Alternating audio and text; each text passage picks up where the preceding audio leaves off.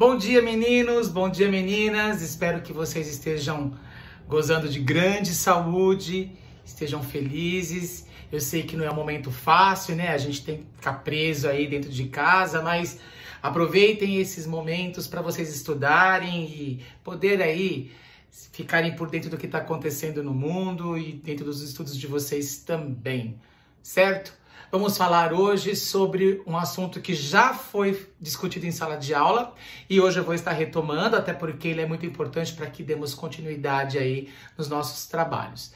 Vou falar das vanguardas europeias, mas a visão que eu vou passar para vocês agora é uma visão diferenciada do que foi falado anteriormente. Quando nós falamos em vanguardas europeias, eu mostrei para vocês vídeos que representassem as vanguardas dentro da arte, né, da pintura, da escultura. Nós podemos perceber ali que o expressionismo, o cubismo, o futurismo, o dadaísmo e o surrealismo têm características específicas dentro da pintura e da escultura, né, de certa forma. Hoje eu vou falar para vocês rapidamente sobre essas mesmas vanguardas,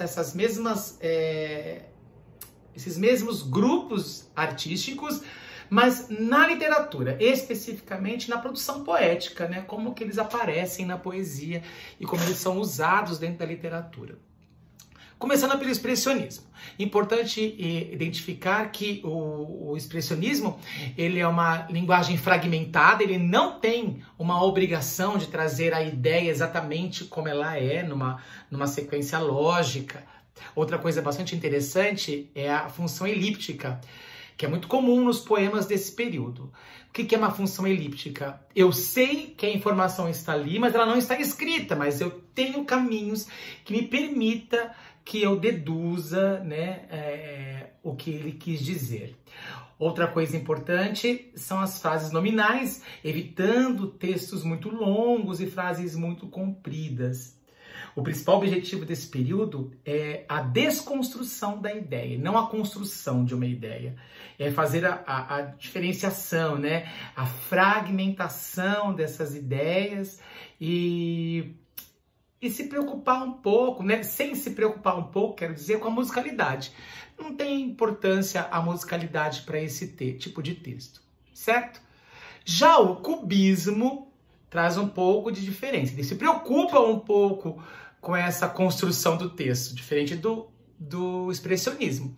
Ele vai se preocupar um pouco com a construção de texto e vai trazer uma linguagem mais simplificada, até um tanto de humor, um pouco mais humorada, vamos dizer assim, humorada e não de humor, mas uma linguagem mais humorada sobre o que acontecia na época. Também traz uma tendência elíptica, ou seja, nem tudo está escrito, mas leva-se a entender o que ele quis dizer. Então isso é de grande importância.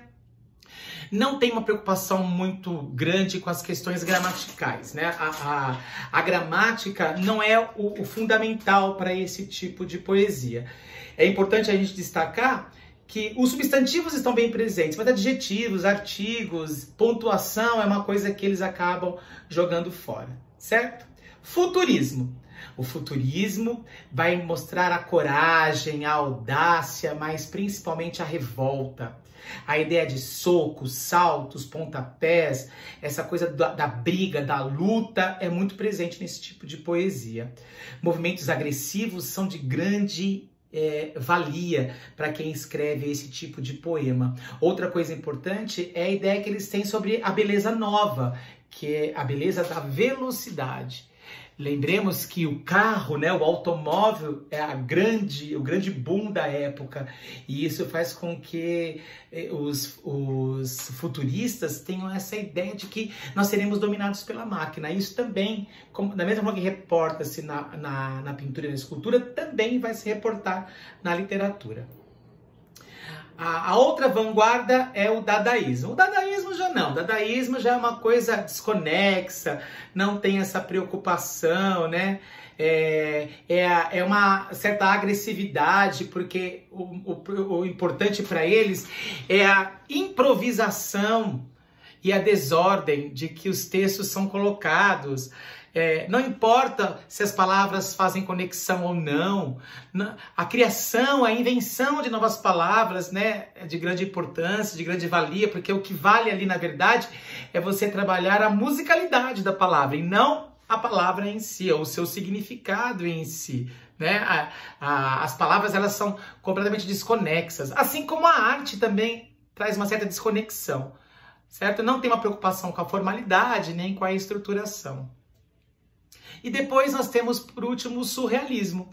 O surrealismo vai trabalhar especificamente com o ilógico. Tudo aquilo que é ilógico, fora do comum, vai trazer o absurdo, vai trazer a imagem que vai surpreender aquele que está lendo, né? Há uma atmosfera onírica em relação a tudo isso. O importante desse ilogismo é perceber que as coisas não precisam fazer sentido. Essa é a principal característica desse movimento.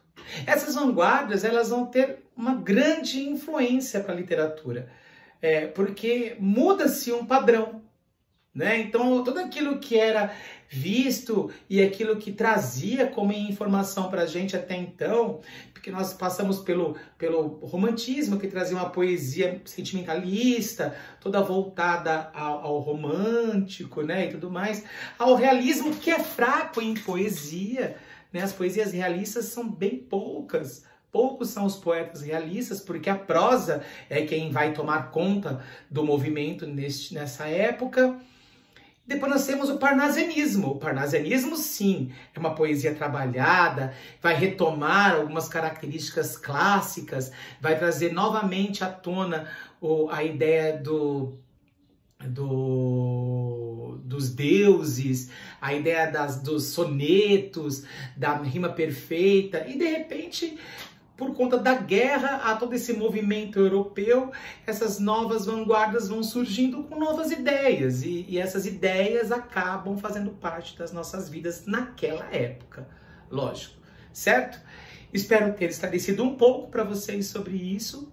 Aproveitem, depois sigam as orientações que estarão no EVN, vejam lá a releitura das páginas, façam os exercícios e na próxima aula a gente volta a conversar mais, tá bom? Bem, fiquem bem, sabe, se cuidem, fiquem em casa, não saiam, né? Façam as lições corretamente, estudem e tudo vai dar certo e em breve nós estaremos juntos. Um enorme beijo para todos vocês, eu amo vocês. Vamos lá!